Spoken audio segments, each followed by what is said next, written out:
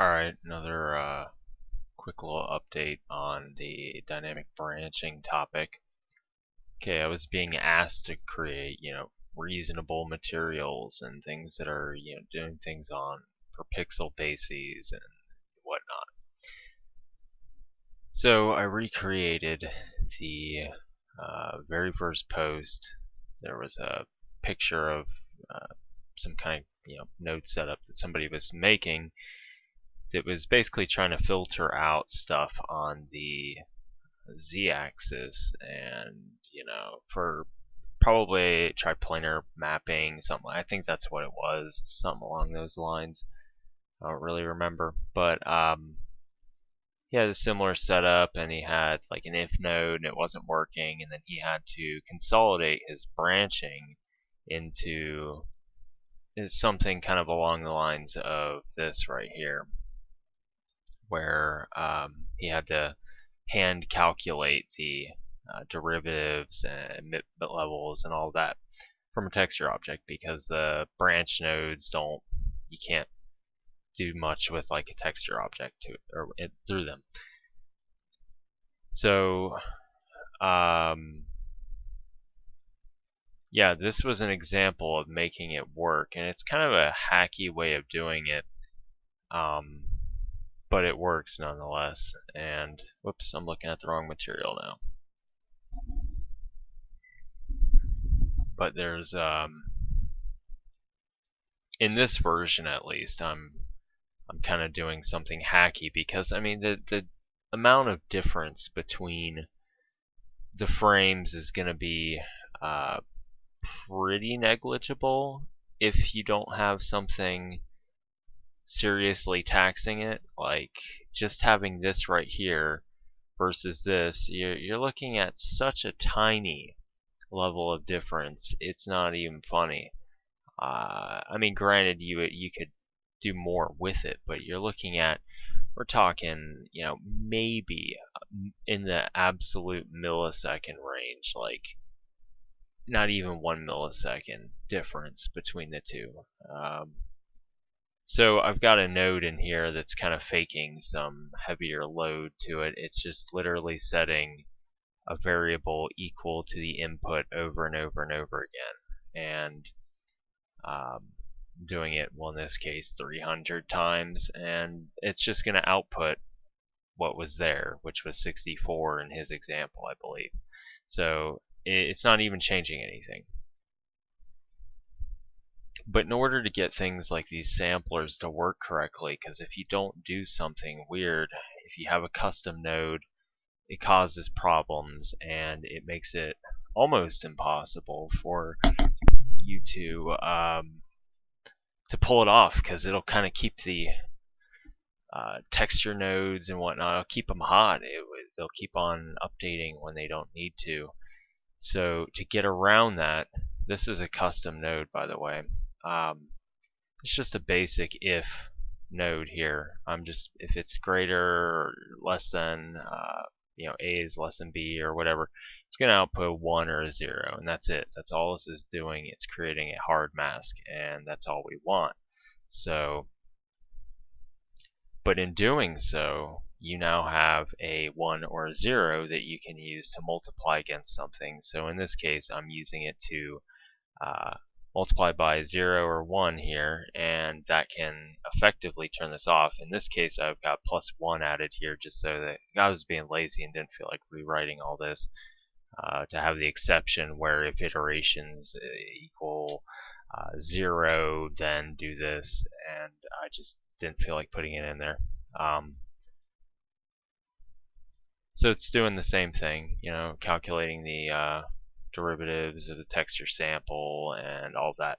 If you notice, I'm using a lerp here because it works too. If this is a 0 or a 1, and depending on the source that it's coming from, these are really fickle, and they're very, very finicky about their sources coming in. Like if you had something like, from here directly attached to it, like attached to here, with some kind of math to it, it won't work.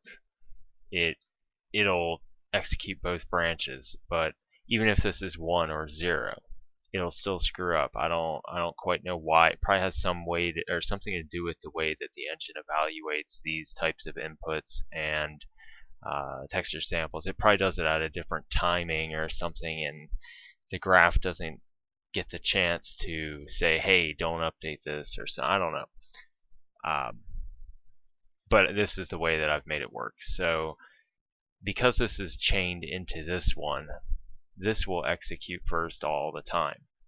So if this is a 0, then this will pretty much not loop or do anything. And if this is a 1, it'll do what it's supposed to do.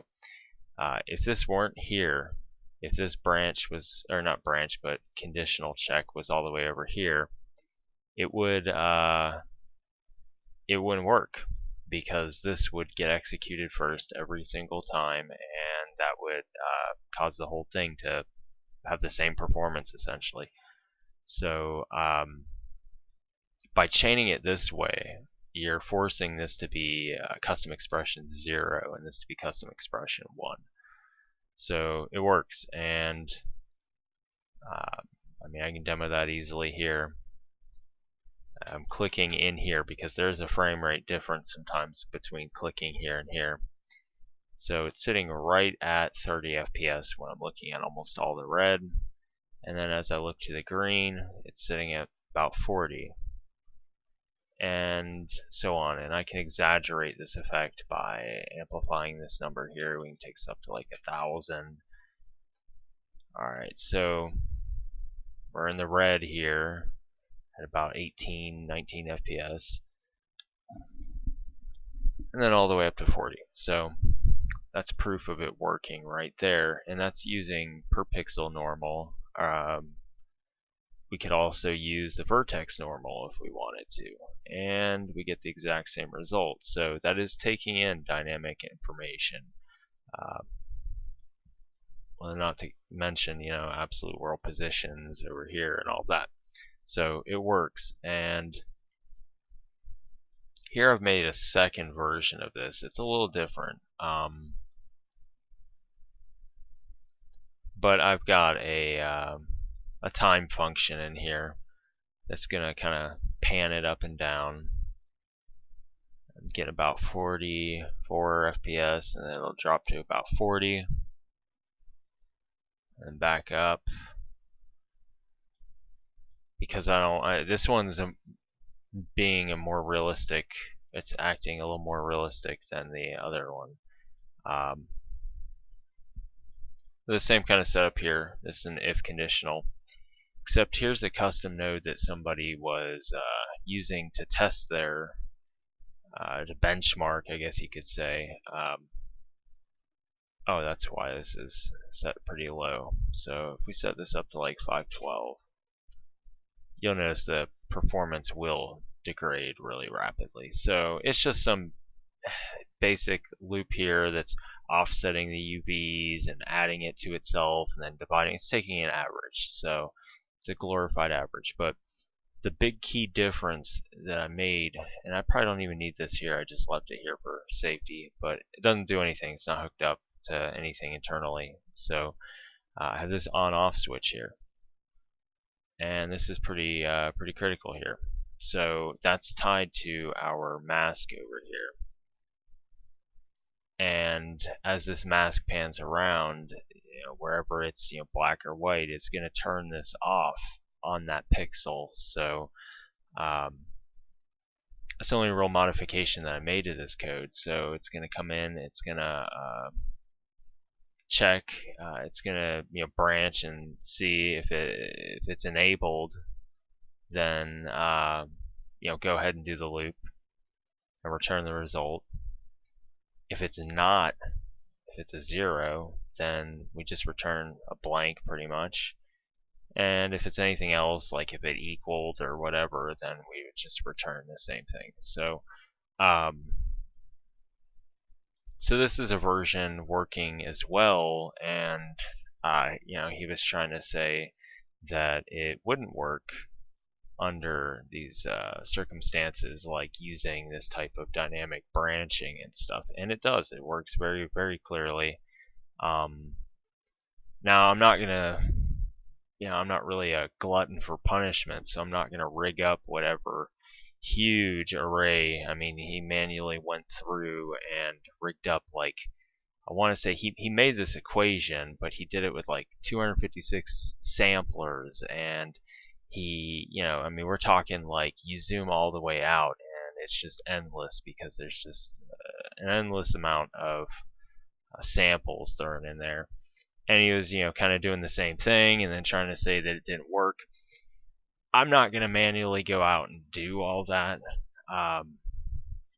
But I'd say if you threw in some kind of first check here, like this kind of, and masked you, this is what you're doing, is you're masking before pretty much anything. And that's what you need, because otherwise all this other stuff is going to be based off of this mask.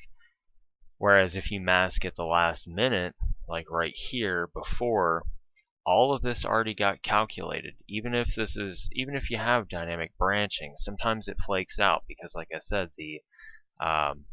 some of these nodes, like samplers and stuff, they seem to update at a different rate than everything else. Like they seem to, like a variable, they get checked anyways, regardless. And then if you're checking this variable, then it's like, well, what do I need to define this variable? So it quickly pulls information like this stuff back here to sample it, and it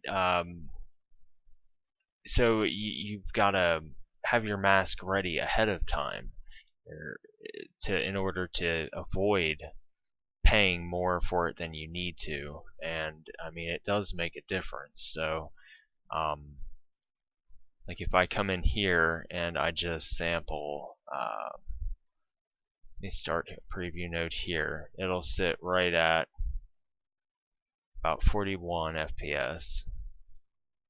And if I sample this node, it'll sit at about, it's going to change now. But it was looking like 41 FPS or whatever it was at the end. Yeah, 41. And so over here, again, with the base default, we're looking at 41 FPS. So it is working. So when I'm doing the actual animation here, it goes all the way to 41 FPS. So that means it's getting the performance. It's not executing the unnecessary branch, and therefore the dynamic branching is working. And I mean, I've got a bunch of other examples. I'm not going to really go over them, but there's another one over here with a bunch of panning and all that and all kinds of craziness, but it works too. So you can do it using the more node-driven approach here by using a lerp attached to this one solid custom node here. You can ignore this custom node here because, like I said, this is just to make it show up in the editor. It's such a negligible difference. But this right here, as long as you have your mask getting fired off before anything complicated gets done, then you're fine and it'll work. So there you have it. And I mean, I guess I can go over here into the viewport and demo this for you, and you can see the graph difference. I've got the graph on raw. I believe it updates at a higher frequency, so it looks a lot noisier. And yeah, it does exactly what you'd expect it to do. It works. So anyways, I hope that clears some things up. But again, just remember, there are some limitations to this kind of stuff. Some things are really flaky with it. And if you're starting to run into problems, do what I said with this. Like, mask before you do anything, and use that mask to crop stuff before anything gets sent into a lerp or an if or whatever the hell. Preferably a lerp with a 0 to 1 mask like so. But anyways.